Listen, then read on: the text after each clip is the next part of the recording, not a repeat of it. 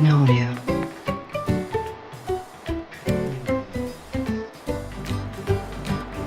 Welcome everyone. As always, before we dive in, please take a moment to review the disclosures on your screen. We'll begin shortly.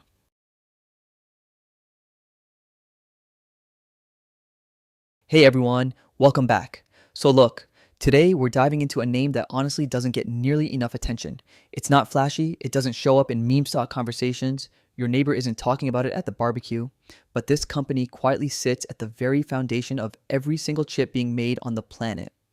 We're talking about Photronics, ticker PLAB, trading on the NASDAQ. Now, real quick, before we get into it, this is pure research. We're not telling you to buy or sell anything. We're here to understand the business, look at where it could go, and let you draw your own conclusions. So the first question everyone always asks is, what even is a photomask? Great question. Think of it like the master stencil or the negative film of the chip world. Every semiconductor, whether it's inside your iPhone, a Tesla's autopilot brain, or one of NVIDIA's H100 AI accelerators, every single one of them starts life with a photomask. Photronics makes those masks. Now the company has two main product lines. First, IC photomasks. These are used in semiconductor chip manufacturing across all nodes, from mainstream chips all the way down to the bleeding edge sub 7 nanometer stuff for AI. Second, FPD photomasks. These go into advanced flat panel displays. Think foldable phones, AMOLED screens, next-gen display tech. What really gives them an edge technologically is something called the multi-beam mask writer, or MBMW.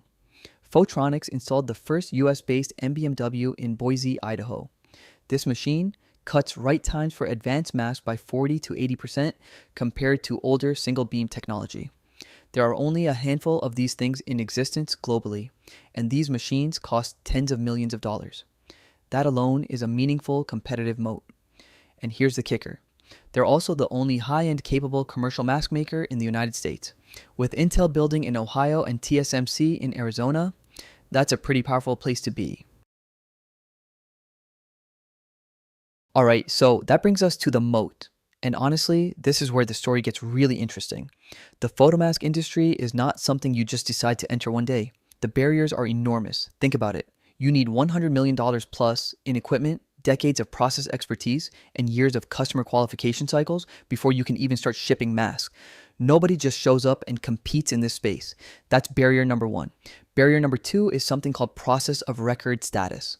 Once a company like TSMC or Intel qualifies Photronics as their mask supplier for a specific chip design, they're locked in for the life of that product.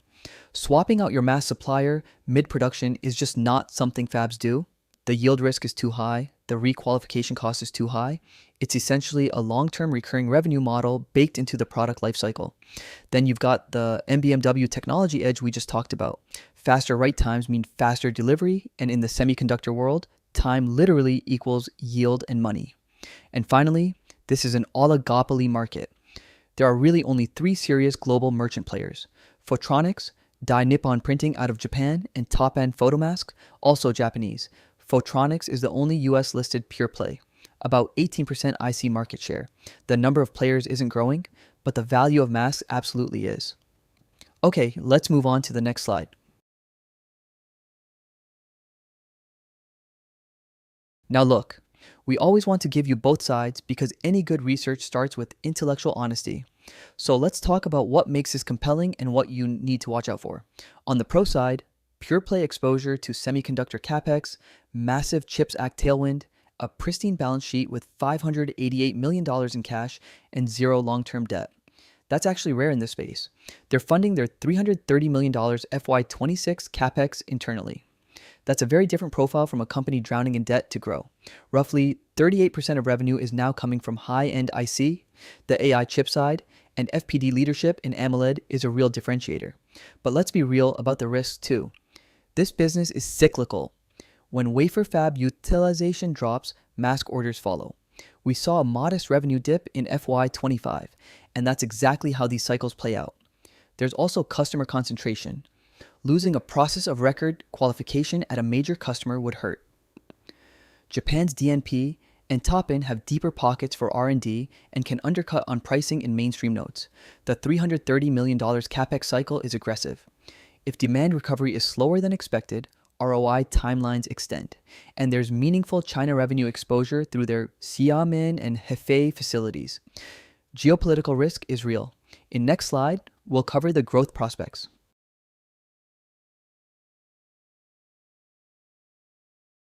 So with all that context, what does the next 3 to 5 years actually look like? Revenue came in at around $849 million for FY25, which was a slight dip from peak levels, but the forward picture, based on analyst consensus and company guidance, is materially more interesting. We're looking at estimates in the $900 million range for FY26, crossing $1 billion around FY27, and potentially reaching $1.10 to $1.15 billion by FY28. That's roughly 35% cumulative growth from current levels.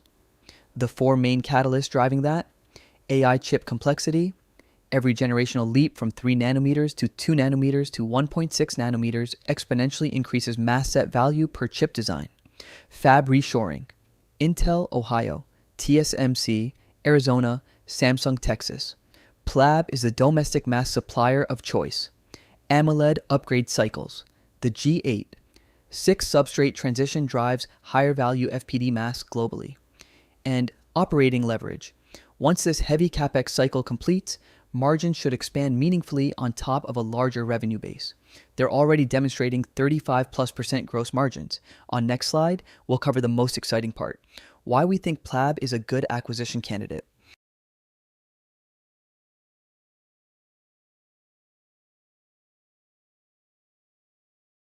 Last question, and this one's always fun to think about: is Photronics a takeover candidate? Honestly, yes, the logic is pretty clean. It's the only US listed pure play photomask company. It's cash generative, debt free, and it sits at the center of the CHIPS Act reshoring narrative.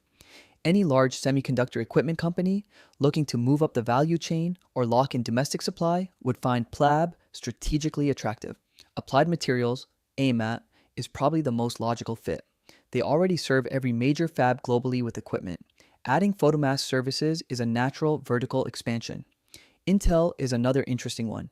As they rebuild their foundry ambitions, owning a domestic mask supplier gives them supply chain independence. Lam Research could use it to build a full-stack lithography services platform. And KLA, which dominates process control and inspection, adding mask production creates a complete lithography quality offering. None of this is imminent or guaranteed, but as the domestic semiconductor ecosystem matures under the CHIPS Act, the strategic logic for an acquisition only grows stronger.